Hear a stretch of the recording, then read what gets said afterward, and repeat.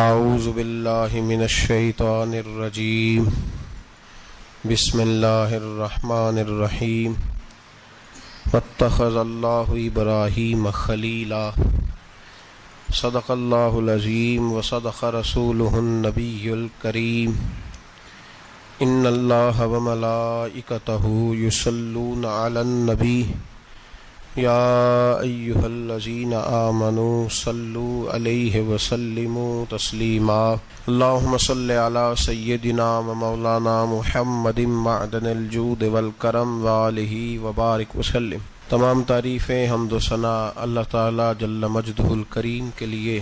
زامباد درود و سلام نبی محترم شفیع محتشم آقا کل ختم رسول دانائے سبل احمد مجتبیٰ جناب حضرت محمد مصطفیٰ صلی اللہ تعالی علیہ وسلم کی ذات والا صفات کے لیے حمد و صلات کے بعد، عزیز دوستو، بزرگوں اور بھائیوں، حضرت سیدنا ابراہیم خلیل اللہ اعلیٰ نبینا علیہ الصلاۃ والسلام کا تذکرہ قرآن مجید نے کئی جگہوں پہ بیان فرمایا ہے۔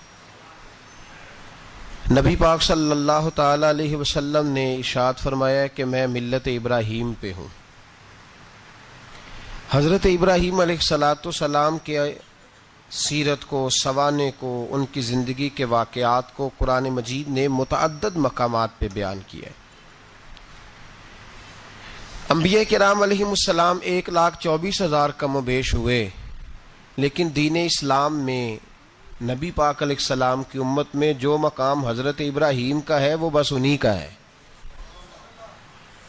ان کی زندگی ایک بڑی خوبصورت، بڑی منفرد اور مسلمانوں کے لیے بڑی اسوہ نور دینے والی زندگی ہے۔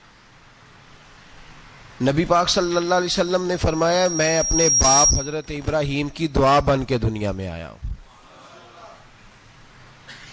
اور پھر محبوب پاک سید عالم صلی اللہ تعالی علیہ وسلم نے اپنی امت میں بھی جناب ابراہیم کے طریقے کو جاری رکھا۔ صحابہ نے قربانی کے بارے میں حضور سے پوچھا ما ہذہ الاضحیہ، یا رسول اللہ صلی اللہ علیہ وسلم یہ قربانی کیا ہے؟ تو فرمایا سنت ابیکم ابراہیم، یہ تمہارے باپ حضرت ابراہیم کا طریقہ ہے، یہ تمہارے باپ حضرت، حالانکہ قربانی نبی پاک صلی اللہ علیہ وسلم کا بھی طریقہ ہے، لیکن فرمایا تمہارے باپ حضرت ابراہیم کے ذکر کو باقی رکھا۔ اللہم صلی علی محمد وعلی آل محمد کما صلیت علی ابراہیم وعلی آل ابراہیم، ان کے تذکرے کو باقی رکھا دین کے اندر۔ حضرت ابراہیم بڑی امتیازی شان والے نبی ہیں، بڑی امتیازی شان والے۔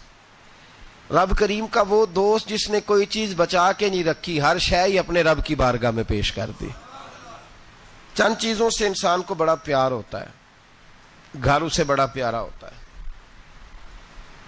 وہ بڑا خوبصورت ہوٹل، 5 سٹار ہوٹل میں رہا، وہ اسلام آباد گیا، کسی سفر پہ گیا تو بڑے اعلیٰ قسم کے اس کو کھانے ملے، بڑی چیزیں ملی، لیکن کبھی دائیں کروٹ کبھی بائیں کروٹ۔ تو ساتھ بیڈ پہ دوست تھا تو اس نے کہا صاحب سو جاؤ، تو اس نے کہا یار جو مزہ اپنے گھر میں سونے کا ہے وہ کسی اور جگہ تھوڑی ہے۔ گھر بڑا پیارا ہوتا ہے، انسان کو لگاؤ ہوتا ہے، جس بے تکلفی سے، سکون سے، آرام سے انسان اپنے گھر میں وقت بتاتا ہے کہیں اور مشکل ہو جاتا ہے۔ دوسرا، انسان کو اولاد بڑی پیاری ہوتی ہے، بڑی عجیب شے، نہ ہو تب بھی بڑا دکھ ہے، اور ہونے کے بعد بھی اس کی بڑی آزمائشیں، یہ بڑی ایک میٹھی چیز ہے۔ اولاد ایک بڑا عجیب سا میوہ ہے، پتہ نہیں یہ کس انجیکشن کا نام ہے کہ چھاتی پر چڑھ جائے تو اللہ سکون عطا فرما دیتا ہے، پتہ نہیں کس ٹھنڈی دولت کا نام رب کریم نے اولاد رکھا ہے، بڑی پیاری ہوتی ہے اولاد۔ پھر تیسری چیز انسان کی اپنی جان ہے، اور یہ اتنی قیمتی شے ہے کہ اللہ کریم نے فرمایا کہ اگر تیری گردن پہ کوئی آدمی پستول رکھ کے، تلوار تیرے گلے پہ رکھ کے کہے نا کہ رب کا انکار کر دے ورنہ مار دوں گا، تو فرمایا وقتی طور پہ میری ذات کا انکار کر پر جان بچا جا۔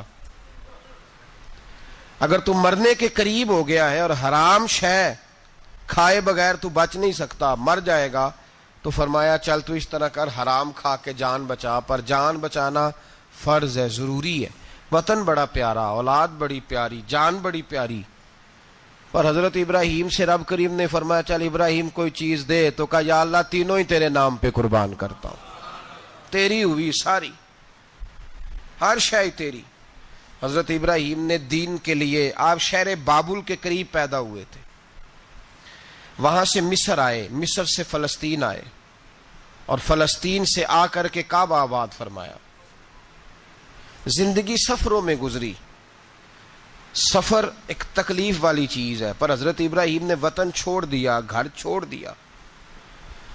جان بڑی عزیز ہوتی ہے اصل میں نا، جب انسان جد و جہد کرتا ہے نا دین کے لیے، تو اس کے رستے میں بڑی چیزیں آتی ہیں، کبھی اولاد، کبھی گھر، کبھی باہر، کبھی حکومتیں، کبھی سیاستیں، کبھی چدراہٹیں، اس کے رستے میں بڑا کچھ آتا ہے، اور اسے ہر چیز کو فیس کرنا پڑتا ہے۔ گھر کے اندر بھی جنگ ہوتی ہے اور گھر کے باہر بھی لڑائی ہوتی ہے، یہ آسان ہے ہی نہیں۔ ہم تو خیر ہتھیار چھوڑ کے پھینکنے والے لوگ ہیں، ہم بھولے بھالے لوگ ہیں، ہم کہتے ہیں میں نے تو کہا تھا مہندی نہ کرو، پر بیٹے نہیں مانے، تو بھولے جو ہوئے۔ اسی طرح حالانکہ اگر وہ بیٹا کہے نا کہ ابا جی لاؤ زندگی میں سارا کچھ میرے نام کرو، تو پھر ہم بھولے نہیں ہوتے، اور اس وقت ہم تیز ہوتے ہیں، کہتے ہیں یہ کیسے ہو سکتا ہے، ہاتھ کاٹ کے دے دوں۔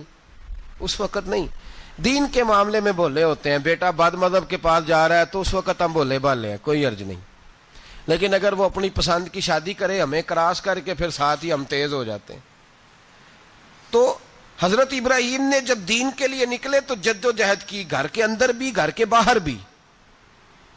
آپ کے والد کا نام طارق ہے، وہ توحید پرست تھے، ایماندار تھے، پرہیزگار تھے۔ آپ کے چچا کا نام آزر ہے، وہ بت پرست تھے، بت بیچا کرتے تھے۔ حضرت سیدنا ابراہیم علیہ السلام جب میدان عمل میں نکلے تو حضرت ابراہیم علیہ السلام نے اپنے گھر سے جہاد شروع کیا، لڑنا پڑا۔ گھر کے اصولوں سے چچا نے جو رواج بنائے ہوئے تھے اس رواج سے ٹکرائے، فرمایا میں اپنے گھر کے اندر یہ بت پرستی نہیں ہونے دیں گا۔ چچا کو ایک دفعہ نہیں، بار بار 100 دفعہ سمجھایا۔ آپ کا چچا بت بنا کے بیچا کرتا تھا۔ حضرت ابراہیم علیہ السلام تھوڑے بڑے ہوئے تو کہنے لگا کہ چلو میرے ساتھ، تم بھی بت بیچنے ہیں، ہمارا کاروبار ہے۔ حضرت ابراہیم ساتھ نکلے تو بت پکڑا ہے، گندے پانی کے اندر اس بت کو ڈبوتے ہیں، کہتے ہیں کسی نے خریدنا ہے تو خرید لو، نہ یہ نفع دے سکتا ہے نہ نقصان دے سکتا ہے، جو اپنا آپ نہیں بچا سکتا تمہیں کیا بچائے گا، خریدنا ہے تو خرید لو۔ چچا کہنے لگا تو کاروبار چمکا رہا ہے کہ تباہ کر رہا ہے۔ گھر میں بڑے معاملات خراب ہوئے، جھگڑے ہوئے، لیکن حضرت ابراہیم علیہ السلام ایک منٹ کے لیے بھی اپنے گھر کے اندر بھی کمپرومائز کرنے کو تیار ہے۔ یہ تھوڑا مشکل میں نے پہلو چھیڑ دیا ہے، یہ تھوڑا مشکل پہلو چھیڑ دیا ہے۔ بڑا سمجھدار آدمی ہے پر بیوی سے پردہ نہیں کرا سکتا، سیانا ہے، پنچایت کا بندہ ہے، جو اس سے آپ کہیں گے وہ بات یہ سنائے گا، لیکن کہتا ہے نہیں جی میں نے کوشش کر لی ہے۔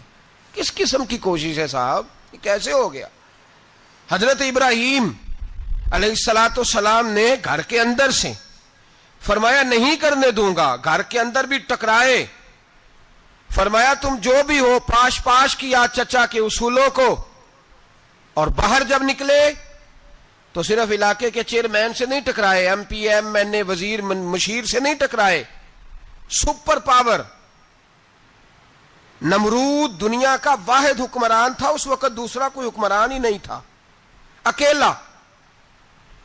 اکیلے حکمران سے جا کر ٹکرائے، کوئی ساتھ فوج نہیں تھی، کوئی ساتھ ان کے طاقت بظاہر دنیا داری کی کوئی نہیں تھی، پر حضرت ابراہیم جا کے ٹکرائے، اور میرے رسول پاک صلی اللہ علیہ وسلم نے سند بیان کی، فرمایا افضل الجہاد کلمۃ الحق عند سلطان الجابر، فرمایا سب سے افضل جہاد یہ ہے کہ تو ظالم بادشاہ کے سامنے کھڑے ہو کے حق بات بیان کر دے، یہ سب سے بڑا جہاد ہے، یہ سب سے افضل الجہاد کلمۃ الحق عند سلطان الجابر، سب سے بڑا جہاد۔ حضرت ابراہیم کھڑے ہو گئے، سپر پاور سے ٹکرائے۔ یہاں ہم لوگ حکمتوں کا شکار ہیں، دیکھیں گے، کریں گے، سوچیں گے، اور مولوی صاحب کو ویسے کہتے ہیں آپ پرہیز کریں سیاسی باتوں سے. بھئی اللہ کے ہر نبی نے جا کے وقت کے ظالم حکمران کو لتاڑا ہے, للکارا ہے. یہ تو مشن انبیاء ہے. حضرت سیدنا ابراہیم علیہ السلام نے جو اس کو جا کے کہا کہ تو جھوٹ بولتا ہے, تو جھوٹا ہے, تو خدائی کا دعویٰ کرتا ہے, تو بہت بڑا ظالم ہے. اور قرآن مجید نے اس ساری بات کو بیان فرمایا ہے. حضرت ابراہیم علیہ السلام سے کہنے لگا میں رب ہوں. تو آپ نے فرمایا میرا رب تو وہ ہے جو زندہ کرتا اور مارتا ہے. تو پھر آپ حق بات بیان کریں گے تو اللہ مارے گا کہ بندہ مارے گا؟ کچھ بھی نہیں ہوتا, کیونکہ زندگی موت کس کے ہاتھ میں ہے؟ اللہ کے ہاتھ میں. زندگی موت اللہ, کچھ بھی نہیں ہوتا. انسان صحیح سمت کا تعین کرے اور صحیح چلے. حضرت علی شیر خدا سے کسی نے کہا تھا کہ آپ کے بڑی دشمنی ہے, کوئی محافظ رکھ لیں. آپ فرمانے لگے موت خود بہت بڑی محافظ ہے, وقت سے پہلے آتی ہی نہیں. بڑی محافظ ہے, وقت سے پہلے. علامہ نورانی رحمۃ اللہ تعالی علیہ کراچی جیسے شہر میں رہا کرتے تھے, جہاں گام گام پہ خطرہ تھا. لوگوں نے کہا حضرت اتنے بڑے لیڈر ہو, آپ کی جماعت کی 62 سیٹیں ہوئی قومی اسمبلی میں, ایک ایسا وقت بھی آیا تو کوئی ایک آدمی بندوق والا. آپ فرمانے لگے مجھے ضرورت ہی نہیں, اس لیے کہ جس خدا رسول کے لیے میں نکلا ہوں وہ خود ہی حفاظت کرنے والے ہیں, ضرورت نہیں ان چیزوں. تو بھائی حضرت ابراہیم ٹکرائے, اور آپ کا انداز کیا ہے؟ جا کے کہا کہ تو نہیں, خدا وہ ہے جو زندہ کرتا. اور اس نے ایک بیوقوفوں جیسی دلیل دی. ایک آدمی کو کل پھانسی دینی تھی تو اس کو بلایا, کہنے لگا تجھے کب پھانسی ہے؟ اس نے کہا کل. کہنے لگا جا تجھے آزاد کیا, زندگی دی, اس کو چھٹی دے دی. ایک عام آدمی بیچارہ بیٹھا تھا, اس کو پکڑ کے نا کہنے لگا اس کی گردن اڑا دو. کہنے لگا دیکھ لو میں بھی زندہ کرتا اور مارتا ہوں, وہ جو کل مرنے والا تھا میں نے زندہ کر دیا ہے, اور جس کو پتہ ہی نہیں تھا کہ میں نے مرنا ہے اسے پکڑ کے میں نے مار دیا ہے. یہ بیوقوفوں جیسی دلیل ہے. حضرت سیدنا ابراہیم علیہ السلام چاہتے تو اسی وقت دلیل توڑ دیتے کہ تو کیا بیوقوفوں جیسی بات کر رہا ہے, اگر تو زندگی دیتا ہے تو مرے ہوئے میں جان ڈال کے دے جس کو تو نے مارا ہے. لیکن حضرت ابراہیم نے دیکھا کہ بیوقوف ہے, بیوقوفوں سے بحث نہیں ہوتی, دلیل بدل لی جاتی ہے, ان کی عقل کے مطابق بات کی جاتی ہے. حضرت ابراہیم فرمانے لگے میرا رب وہ ہے جو سورج مشرق سے نکالتا ہے اور مغرب میں غروب کرتا ہے. تو اگر رب ہے تو تو مغرب سے نکال کے مشرق میں غروب کر. فبہت الذی کفر, کافر لاجواب ہو گیا, اس کے پاس اس چیز کا کوئی جواب نہیں تھا. علامہ اسماعیل حقی نے خوبصورت فقرہ لکھا ہے, خوبصورت, جان ڈال دی ایک جملہ کہہ کے. حضرت سیدنا علامہ اسماعیل حقی رحمۃ اللہ علیہ فرمانے لگے چونکہ نمرود بیوقوفوں جیسی باتیں کر رہا تھا, اگر وہ یہ کہہ دیتا نا کہ میں سورج کو نکالتا ہوں مشرق سے, میں غروب کرتا ہوں معاذ اللہ مغرب میں نکالتا ہوں, تو آپ اپنے رب سے کہیے کہ وہ مغرب سے نکال کے مشرق میں غروب کرے. علامہ اسماعیل حقی فرماتے ہیں رب کریم کی آواز قدرت تھی, مالک حضرت ابراہیم علیہ السلام کے اس, اگر وہ کہہ دیتا اور حضرت ابراہیم دعا کر دیتے تو رب کریم نے فرشتوں کو تیار بٹھایا ہوا تھا. فرمایا اگر یہ کہہ دے میرے خلیل سے کہ سورج مغرب سے نکال کے مشرق میں غروب کرنا ہے تو تیار رہنا, جس طرح خلیل کہیں گے ویسے ہی کر دیں گے.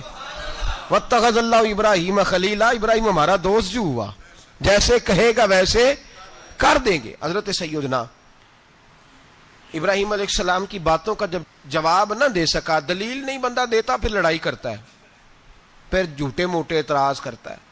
دلیل ختم ہوتی ہے تو لوگ ذاتیات پہ اترتے ہیں, کہتے ہیں یہ کھانستا صحیح نہیں, دیکھتا صحیح نہیں. دلیل ختم, اب ذاتیات پہ اترے, کہنے لگے مجھے پتہ چلا ہے کہ یہ فلانی جگہ گیا تھا تو وہاں جا کے اس نے اس طرح کیا ہے. پھر لوگ ذاتیات پہ اترتے ہیں, جب دلیل کا جواب دلیل سے نہیں دے پاتے پھر ذاتیات پر اتر کر حملے کرتے ہیں. حضرت ابراہیم کے دلائل کا جواب نمرود نہ دے سکا تو کہنے لگا کہ اس کو آگ میں ڈال دو. قوم گئی ہوئی تھی ساری, آپ نے بات سنی ہوئی ہے, میں نے صرف اشارہ دینا ہے, میلے پہ. تو حضرت سیدنا ابراہیم علیہ السلام نے سارے بت توڑ دیے, کلاڑا بڑے بت کی گردن پہ رکھا. واپس آئے, کہنے لگے بت کس نے توڑے ہیں؟ تو فرمایا اس سے پوچھ لو جس کی گردن پہ کلاڑا ہے. کہنے لگے یہ تو بول ہی نہیں سکتا. تو فرمانے لگے بڑے بیوقوف ہو, جو بولتا ہی نہیں, سنتا ہی نہیں, اپنا آپ نہیں بچا سکتا, اس کی پوجا کرتے ہو. کہنے لگے پکڑو, دلیلیں ختم ہو گئی, اس کو آگ میں ڈالو. بہت بڑی حویلی 45 فٹ مربع پہ مشتمل ایک حویلی بنائی گئی اور 45 فٹ اونچی. مختلف روایات علامہ اسماعیل حقی کہتے ہیں کہ 3 مہینے تک نمرود نے کہا کہ اس کے اندر لکڑیاں ڈالو. لوگ پوچھنے لگے کتنی دنیا جلانی ہے؟ کہنے لگا بندہ تو ایک جلانا ہے، پر بندہ بڑا تگڑا ہے، ایک بندہ. 3 مہینے لکڑیاں ڈالی گئیں. اور لوگوں کی جو تہمات ہوتی ہیں نا وہ بڑی عجیب ہوتی ہیں. تہمات میں نے بڑی تفصیل سے رمضان المبارک میں گفتگو کی تھی. بدشگونی، تہمات لوگ لیتے ہیں. اس وقت بھی لوگ تہمات کا شکار ہو گئے. عقیدہ بگڑ جاتا ہے تو وہ عجیب و غریب باتیں کرنے لگتا ہے. تہمات کا شکار ہو گئے. بیبیاں نظر مانتی، میں بیمار ہوں، اگر صحیح ہو گئی تو اتنے من لکڑی دوں گی حضرت ابراہیم کی آگ جلانے کے لیے. ایک عورت لے کے جا رہی ہے لکڑیاں، تو ایک نیک دل آدمی نے اسے پوچھا کہاں جا رہی ہو؟ کہنے لگی میں نے منت مانی تھی تو حضرت ابراہیم علیہ الصلوۃ والسلام کو معاذ اللہ جلانے کے لیے لکڑیاں لے کے جا رہی ہوں. تو وہ رب کریم کے بندے کہنے لگے تو ڈھونڈتی رہے گی، تجھے وہ جگہ ملے گی نہیں. وہ بی بی کئی مہینے گھومتی رہی، جگہ ہی نہیں ملی جہاں لکڑیاں ڈالنی تھی. ماری گئی. تہمات کا شکار ہوئے بہت سارے لوگ. تہمات کا بھائی، تہمات دین کے اندر منع ہے. تہمات دین میں کوئی نظر ماننا، کوئی کسی بزرگ کے مزار پہ جا کے سالے ثواب کے لیے کوئی چیز ماننا، یہ تو درست ہوا. لیکن غیر شرعی نظریں مان لینا کہ میں آگ کے گرد چکر لگاؤں گا، میں جناب وہاں جا کے یہ والا تماشا کروں گا، میں دھاگا باندھوں گا، میں رسا کاٹوں گا، میں وہاں گندے اور سے پانی پیوں گا، ان کی شریعت اجازت؟ یہ تہمات ہیں، بدشگونی ہے. دین میں ان کی کوئی گنجائش؟ آپ نظر ماننے سے پہلے بھی کسی عالم سے رابطہ کریں کہ میں منت مانگنے لگا ہوں تو کیسے ماننی چاہیے، اس کا طریقہ پوچھیں. ایسے ہی غلط چیز کی منت تھوڑی مان لی جائے گی. بہرحال آمدام برسر مطلب حضرت ابراہیم کے لیے آگ جلائی گئی. 45 فٹ اونچی آگ ہے، پرندہ بھی اوپر سے گزرتا ہے تو نیچے گر جاتا ہے جل کے. اتنے دن لگا کے آگ جلائی گئی. اب حضرت ابراہیم کو جلایا جانے لگا ہے. یہاں تو موجیں ہے نا، جو کسی ادارے کا سربراہ ہے اس کے لیے موج ہے، کسی جگہ آفیسر بن گیا تو موج ہے، پیر صاحب کے لیے موج ہے، علامہ صاحب کے لیے موج ہے، خطیب صاحب کے لیے موج ہے. جلنا کس کو پڑتا ہے؟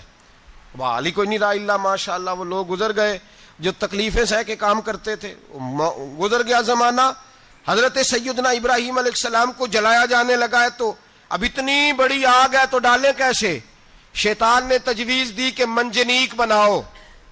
منجنیق، بڑے بڑے بانس باندھ کے ان کے نیچے رسا باندھو. وہ جس طرح جھولنے کے لیے جھولا بنایا جاتا ہے، اس طرح ایک منجنیق پرانے زمانے میں اس میں پتھر رکھ کے پھینکے جاتے تھے دشمنوں پہ. وہ منجنیق بنائی گئی کہ دور سے حضرت ابراہیم کو پھینکیں گے. ہاتھ حضرت ابراہیم کے باندھ دیے، پاؤں مبارک باندھ دیے. پوری زمین پہ ایک نام لینے والا خدا کا، اور اس کو آج رسیوں میں جکڑا ہوا ہے. جب پھینکا جانے لگا نا آگ میں، حوریں رونے لگیں، فرشتے تڑپنے لگے، اے اللہ یہ کیا ہونے لگا ہے؟ ایک تیرا خلیل اور وہ بھی آگ میں. فرمایا جاؤ جا کے اس سے کہو اگر تمہاری مدد لیتا ہے تو اسے بچاؤ. ہوا کا فرشتہ آیا، کہا ابراہیم اگر تو کہے. او بھائی، ان چیزوں کو کہانی سمجھ کے نہ سنا کریں، یہ داستان نہیں، یہ وہ طریقے ہیں جو ہمارے رسول نے ہمیں اپنانے کا حکم ارشاد فرمایا ہے. جو عقیدے، یہ وہ نظریات ہیں جو ہمیں اوڑھنے کو کہا گیا. اپنے رب کریم کی رضا پہ راضی رہنے کے یہ وہ خوبصورت مواقع ہیں صوفیاء نے جن کو بنا کر سمجھا کر ہم تک پہنچایا ہے. یہ ہے اہل طریقت کی باتیں. وہ کہتے ہیں یار جس حال میں رکھے راضی رہنا ہے.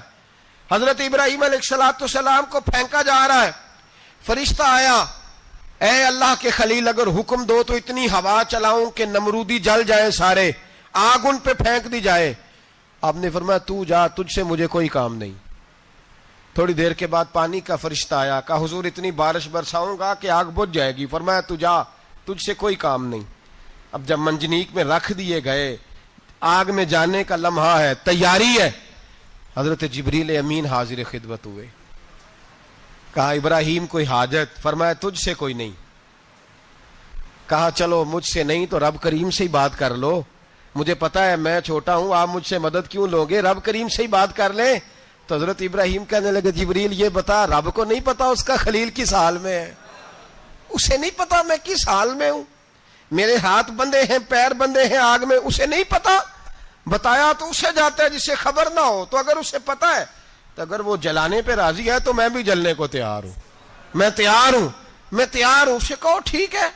حضرت سیدنا ابراہیم علیہ السلام کو منجنیق میں ڈال کے جو پھینکا آگ میں، یا نار کونی بردم و سلاما علی ابراہیم، اللہ نے فرمایا اے آگ میرے ابراہیم پہ ٹھنڈی بھی ہو جا اور سلامتی والی بھی ہو جا. حضرت ابراہیم کو 2 فرشتوں نے بٹھا دیا زمین پہ، پھول کھلے ہیں، کونپلیں مہک رہی ہیں، کلیاں خوشبو دے رہی ہیں. حضرت ابراہیم نے سر سجدے میں رکھ دیا، سبحان اللہ والحمد للہ ولا الہ الا اللہ واللہ اکبر. حضرت ابراہیم اللہ کی تسبیح پڑھنے لگے، رب کریم کا شکر بجا لانے لگے. نکلے وہاں سے، کچھ دن گزر گئے، نکلے، حکم ہو گیا ابراہیم علاقہ چھوڑ دو. حضرت ابراہیم علیہ السلام وہاں سے نکل کے مصر آئے، چچا کے پاس ٹھہرے. انہوں نے اپنی بیٹی جناب سارہ کا نکاح کر دیا. کچھ آگے بڑھے تو ایک ظالم بادشاہ سے ٹکرائے. اس نے ایک شہزادی، ایک بادشاہ کی بیٹی قید کی ہوئی تھی، جناب ہاجرہ نام تھا، ان کو قید سے چھڑا کے ساتھ لائے. حضرت لوط علیہ السلام بھی ساتھ. یہ 4 لوگوں کا قافلہ چلا، فلسطین میں جا کے پڑاؤ ڈالا، گھر بار چھوڑا، تبلیغ شروع ہوئی. حضرت ابراہیم کے گھر میں 2 خواتین ہیں، ایک آپ کی بیوی ہیں، ایک حضرت ہاجرہ ہے. اولاد کوئی نہیں، بڑا میوہ میٹھا. گھر وہی آباد ہوتا ہے جس میں بچے روتے ہیں، گھر ہوتا ہی وہ ہے جس میں بچوں کی چنچناہٹ ہوتی ہے، بھن بھناہٹ ہوتی ہے. حضرت ابراہیم نے ایک بچہ روتے ہوئے دیکھا تو آنکھوں میں آنسو آئے، کہنے لگے ربی حب لی من الصالحین، یا اللہ مجھے بھی نیک اولاد عطا کر دے. حضرت سارہ نے سن لیا، کہنے لگی ابراہیم شاید میرے بطن سے تو آپ کو نصیب نہیں، ہاجرہ سے نکاح کر لو. جناب ہاجرہ سے نکاح ہوا. اللہ تو بڑا بے نیاز ہے، رب کریم نے حضرت اسماعیل جیسا خوبصورت بیٹا عطا فرمایا. بیٹا کالا سیاہ بھی ہو تو سینے کی ٹھنڈک ہوتا ہے، پر یہ تو وہ بیٹا ہے جس کی پیشانی میں نور محمدی چمکتا ہے صلی اللہ علیہ وسلم. حضرت سیدنا اسماعیل علیہ اتنے خوبصورت.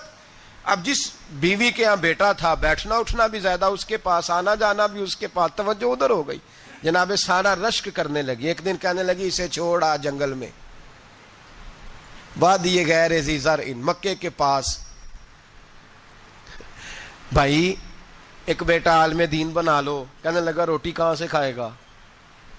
تیرے 5 بیٹے ہیں، کو حافظ قرآن بنا، کہتے روٹی کہاں سے کھائے گا؟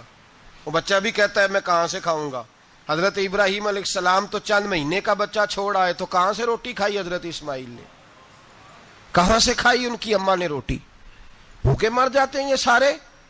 میں بڑی ذمہ داری سے کہا کرتا ہوں کہ جتنی خوبصورت روٹی اللہ کریم دین کے خادموں کو عطا کرتا ہے شاید کسی اور کے نصیب ہوتی ہو، لیکن ہم لوگ توجہ ہی نہیں کر رہے، ہمارا ذوق ہی نہیں بن رہا، ہم یہ محنت ہی نہیں کر رہے کہ قوم کو مستند علماء کی ضرورت ہے. علاقوں کے علاقے خالی ہیں، ادھر ہمارا مزاج ہی نہیں بن رہا، توجہ ہی نہیں دین کی خاطر. اور پھر چلے بچے تو بعد کی بات ہے نا، جو ابھی خود جوان ہے وہ بھی یہ دعا. ایک صاحب مجھے کہنے لگے میں دعا مانگ رہا ہوں اللہ مجھے بیٹا دے تو میں اسے دین پہ لگاؤں گا. تو میں نے کہا آپ بھی بوڑھے نہیں ہوئے، آپ خود ہی لگ جائیں. بیٹا تو ابھی آئے گا تو لگے گا نا. تو آپ تو اس وقت ہے تو آپ تو پہلے لگے نا صاحب، 2 گھنٹے تو نکال کے آئے، دین سیکھنے کو کافی ہے. آپ اتنی لمبی سوچ رہے ہیں کہ بچہ آئے گا تو بڑا ہوگا تو وہ جائے گا تو دیکھی جائے گی. ابھی تو آپ ہیں تو آپ تو آؤ. حضرت ابراہیم نے بچہ وہاں چھوڑا. یہاں سے جو عمرہ کرنے لوگ جاتے ہیں نا، جو حج کرنے جاتے ہیں، ان کو پتا ہے کہ وہاں دنیا کی ہر نعمت ملتی ہے، پھر بھی ڈبل ٹرپل پیسے لوگ جیبوں میں ڈال کے جاتے ہیں. حضرت ابراہیم جب وہاں لے کے گئے تو کوئی انسان نہیں تھا، پانی کا قطرہ نہیں تھا، 2 کلو کھجوریں، ایک مشکیزہ. بیوی کو تھمایا. ہمارے گھر میں ہزاروں چیزیں پڑی ہیں لیکن وہ جو توکل ہے نا وہ ختم ہو گیا ہے. اللہ دے گا، حلال حلال پہ قناعت کرے، جائز جائز پہ بھروسہ کرے، رب کریم عطا کرنے والا ہے، وہ مزاج ختم ہو گیا.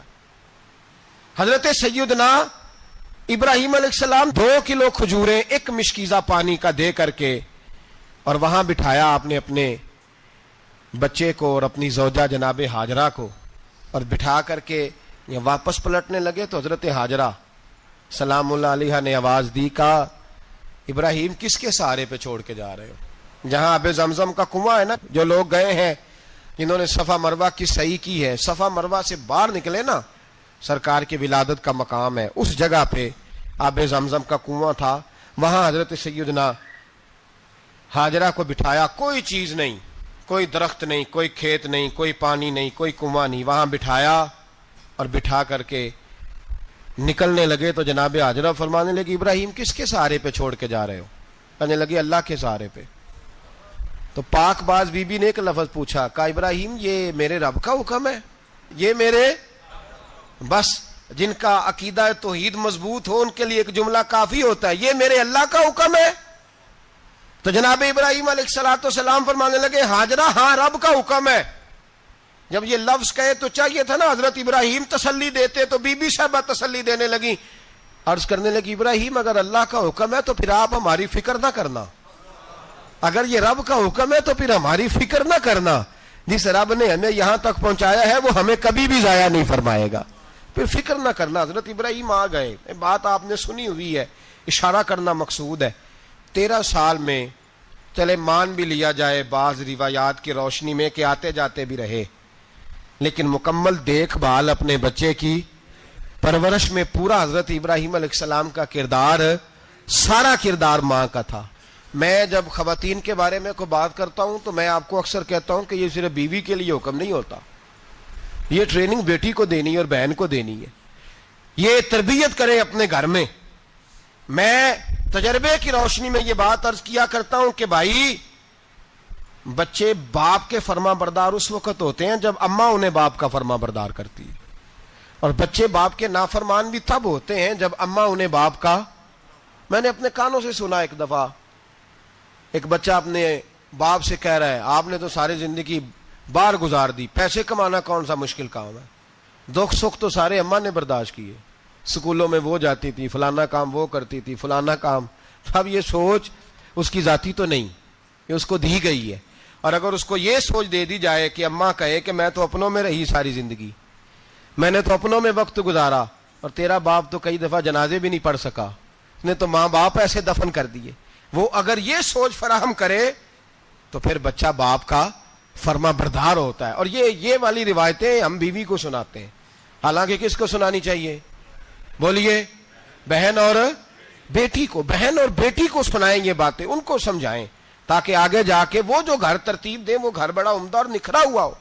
حضرت سیدنا ابراہیم 13 سال کے بعد آئے، چونکہ گھر میں اللہ تبارک و تعالیٰ کی دوستی کا چرچا تھا، اللہ تبارک و تعالیٰ کی محبوبیت کا غلبہ تھا.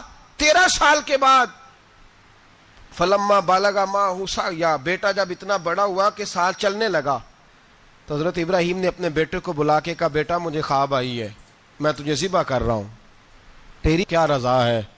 تو حضرت اسماعیل کہنے لگے یا ابت افعل ما تؤمر، ابا جی اللہ جیسے حکم دیتا ہے میرے ساتھ ویسے ہی کریں، جیسے اللہ حکم دیتا ہے ویسے ہی، بولیے، ویسے ہی کریں.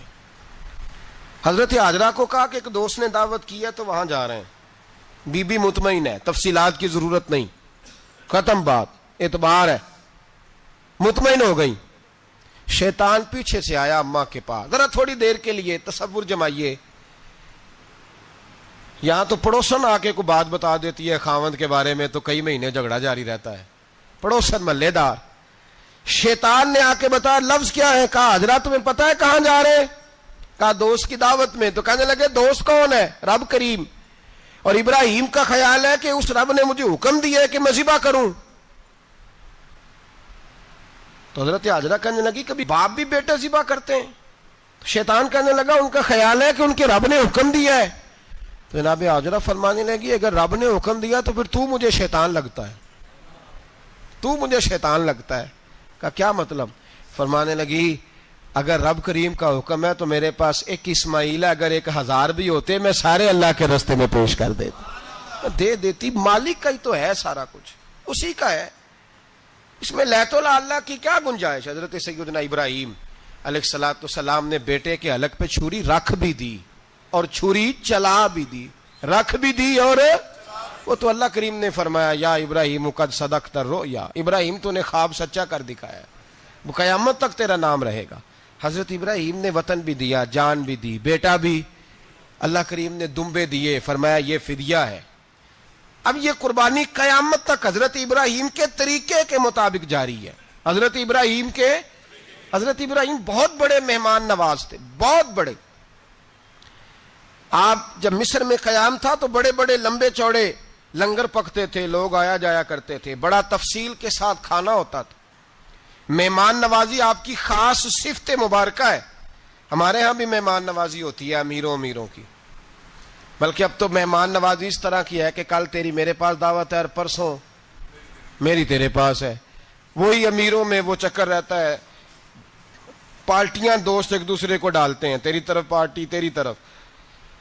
اور اسی انداز میں اب یہ عید آئے گی نا, ٹکا پارٹیاں ہوں گی جگہ جگہ, اور لوگ سوال پوچھنے لگے ابھی سے, کہتے ہیں قربانی کا کتنا گوشت گھر رکھنا جائز ہے, قربانی کا کتنا گوشت گھر رکھنا جائز ہے؟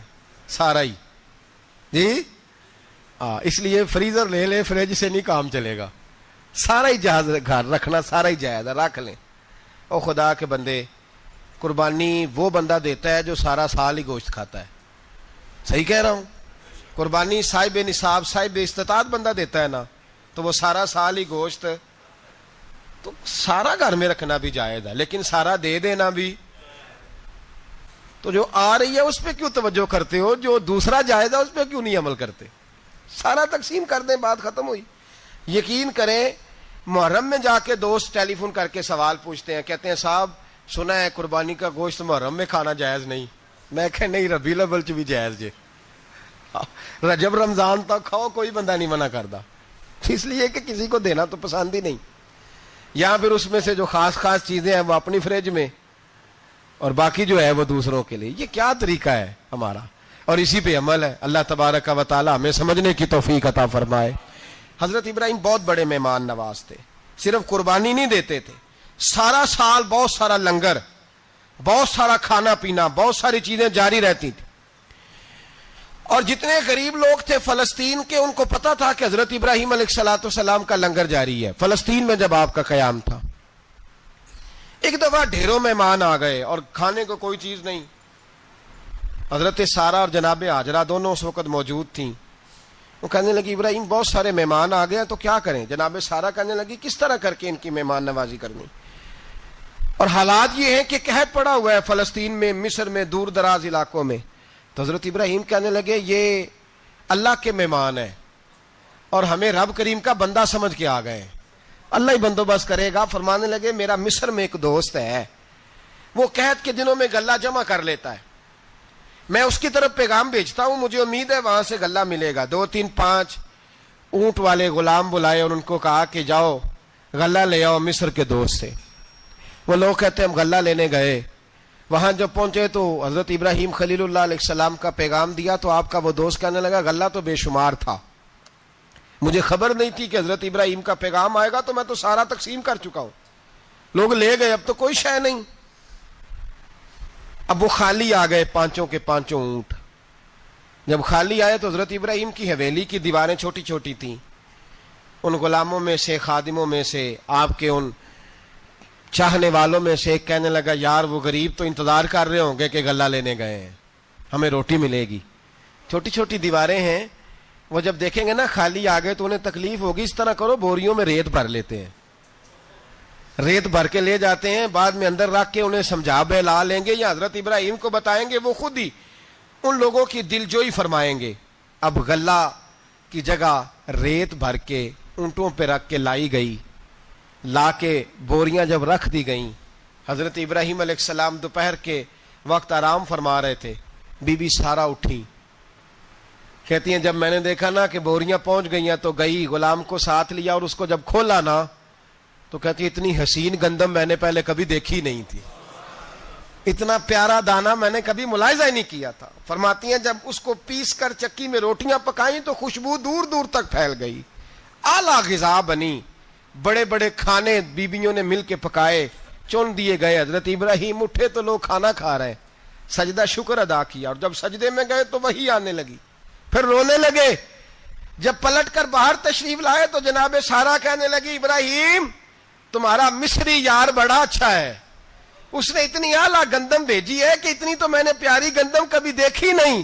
جناب ابراہیم مسکرائے, فرمانے لگی سارا یہ مصری یار نے نہیں بھیجی، یہ میرے عرشی یار نے بھیجی ہے، یہ میرے عرشی یار نے بھیجی ہے۔ بھائی مہمان نوازی مزاج تھا، ہاتھ لوٹا دینا مزاج تھا، دوسروں کی اشک شوئی مزاج تھا۔ حضرت ابراہیم علیہ السلام کا طریقہ ہے قربانی، حضور نے ان کا طریقہ بیان کیا۔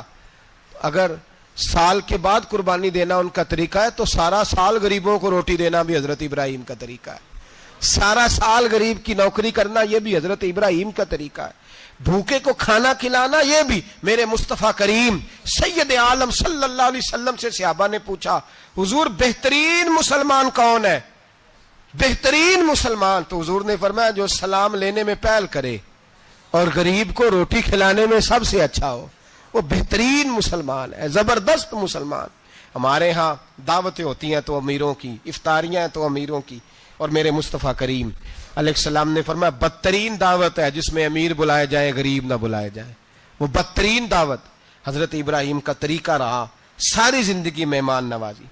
اور دوسرا ان کا مزاج تھا، اللہ سے پیار ہو گیا تھا نا، جب رب کریم سے محبت ہوتی ہے نا اور محبت کا احساس ہوتا ہے دل میں، پھر سجدے لمبے ہوتے ہیں۔ عام آدمی تو نماز بھی نہیں پڑھ سکتا، اسے خدا سے محبت ہوتی ہے وہ تہجد بھی نہیں چھوڑ سکتا۔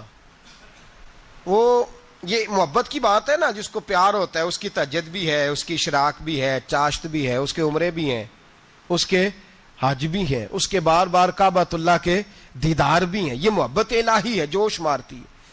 ان لوگ سجدہ کرتے ہیں تو اٹھتے ہی نہیں، اللہ کے بندوں سے پیار کرتے ہیں اللہ کی۔ حضرت ابراہیم کو رب کریم سے اتنی محبت تھی، اتنا پیار تھا کہ وہ آپ کی زندگی کے ہر پہلو سے چھلکتا تھا۔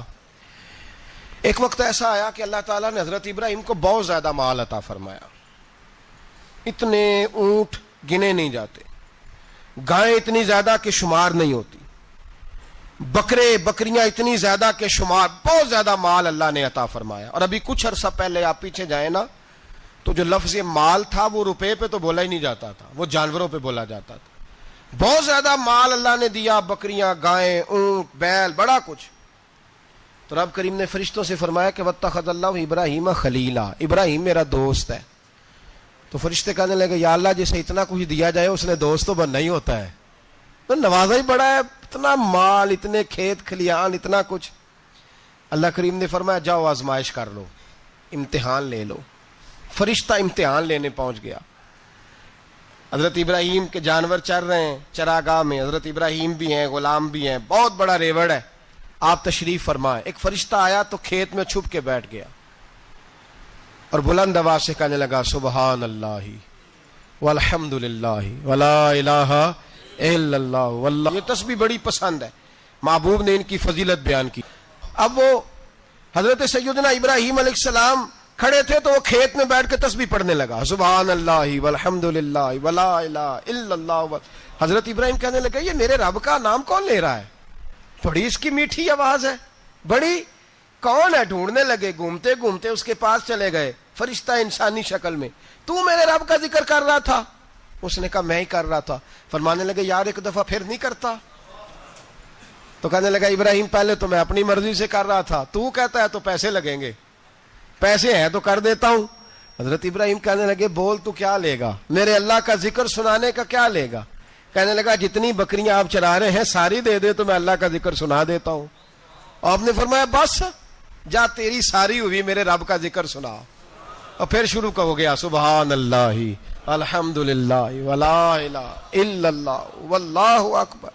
حضرت ابراہیم علیہ السلام کیف میں، یار پھر ذرا سنا، نہ علما وچ پھسا سانو، تو یار دی گل سنا سانو، ذرا دوبارہ سنا۔ میں پھر سنایا، ایک دفعہ پھر کہا، فرشتہ کہنے لگا بس جی آپ کے پیسے پورے ہو گئے۔ حضرت ابراہیم کہنے لگے چل ایک دفعہ اور سنا۔ کہنے لگا پیسے لگیں گے، تو کیا لے گا؟ کہنے لگا گائیں بھینسیں ساری میری۔ فرمایا بس یار اتنی قیمت، تو سنا صحیح، سارا کچھ ہی تیرا۔ پھر شروع ہو گیا سبحان اللہ والحمد للہ ولا الہ الا اللہ واللہ اکبر۔ گائیں دے دیں، بھینسیں دے دیں، وہ ذکر سناتا ہے۔ حضرت ابراہیم کبھی مچلتے ہیں، کبھی روتے ہیں، کبھی آہیں بھرتے ہیں، تو میرے رب کا نام لے رہا ہے، ذرا پھر سے لے۔ کیف جاری ہے۔ کہنے لگا بس بھائی۔ حضرت ابراہیم فرمانے لگے تو اور لے لے جو لینا ہے، مجھے ذکر سنا۔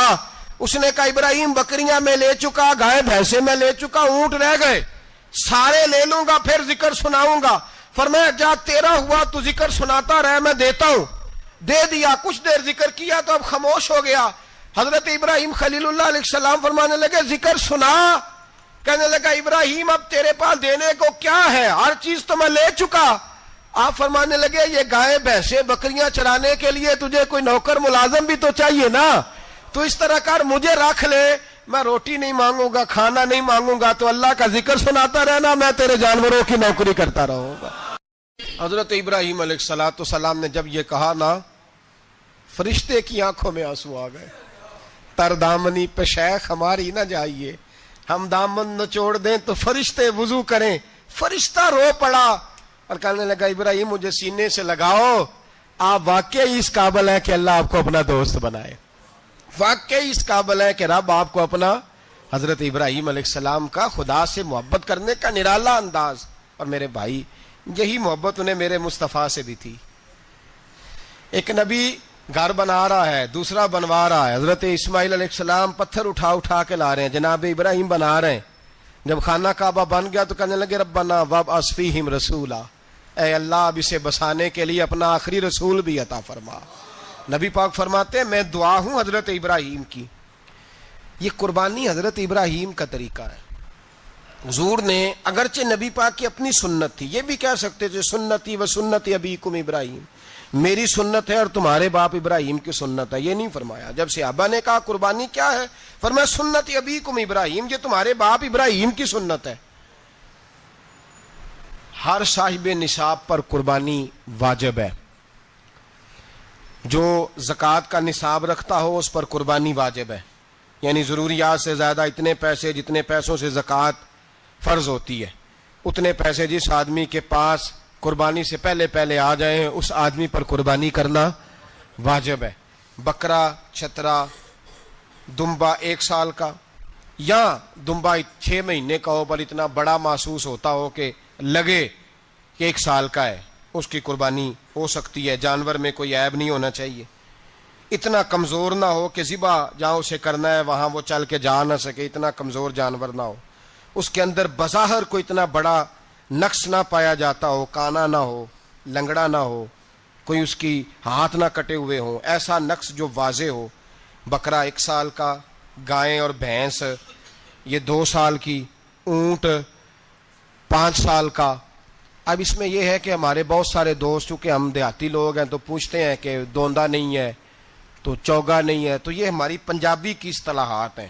پنجابی کی شریعت اسلامیہ نے سال بتائے ہیں, یہ تو ہم نے اپنی آسانی کے لیے یا دیہاتوں میں جو ماحول تھا اس طرح کا جانور لیں, خوبصورت جانور لیں.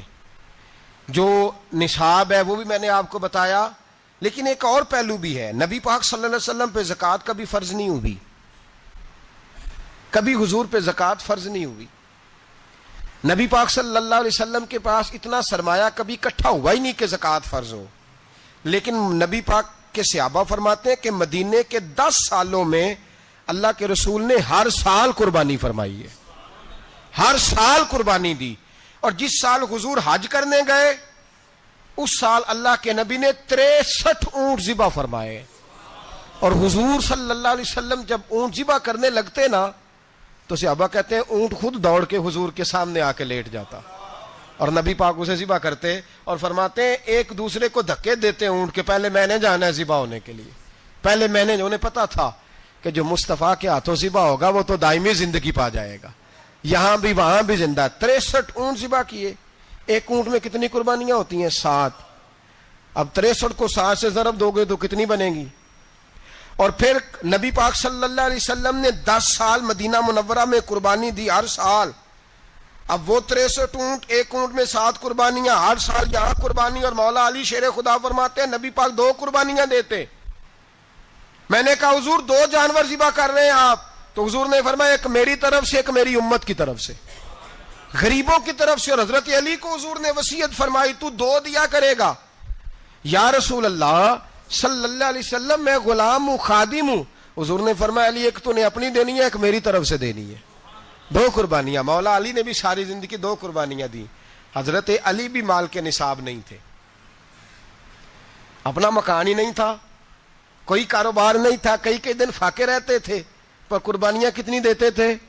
2۔ ہمارے پاس ویسے اگر سسرال میں، میکے میں، کزنوں میں کچھ شادی ہو جائے تو 50-60 ہزار کا خرچہ برابر ہے، وہ پکا ہے۔ اور قربانی کی باری غریب ہو گئے، سارے غریب ہو گئے، کہتے نہیں یہاں مشکل ہے۔ او خدا کے بندے، اللہ کے ساتھ تجارت کر، اس کے رستے میں 1 دے گا، رب تجھے 70 گنا اضافہ کے ساتھ عطا فرمائے گا۔ قربانی مال کے نصاب پہ ہے۔ کوشش کیا کریں کہ اللہ کے رستے میں جب دینا ہو پھر لیت اللہ سے بچیں، خوبصورت جانور لائیں جن کو اللہ نے توفیق دی ہے، ان کے لیے نصیحت ہے جن کو اللہ نے توفیق دی۔ میں نے اپنے حضرت صاحب کو دیکھا ہے، وہ کہتے تھے کئی جانور اللہ نے بڑا نوازا ہے، کہتے ایک میرا ہے، ایک میرے ماں کا، ایک میرے باپ کا ہے، ایک میرے فلاں استاد صاحب کا، ایک میرے پیر صاحب کا ہے، یہ جانور غوث اعظم جیلانی کا نام کا دے رہا ہوں۔ اور پھر ایک بڑا خوبصورت جانور بندہ ہوتا اور حضرت خود ان کو چارہ ڈال رہے ہوتے تو حضور یہ کیا ہے؟ فرمانے لگے یہ میں رسول اللہ کے نام پہ قربان کروں گا، یہ نبی پاک کے نام پر قربان کیا جائے گا۔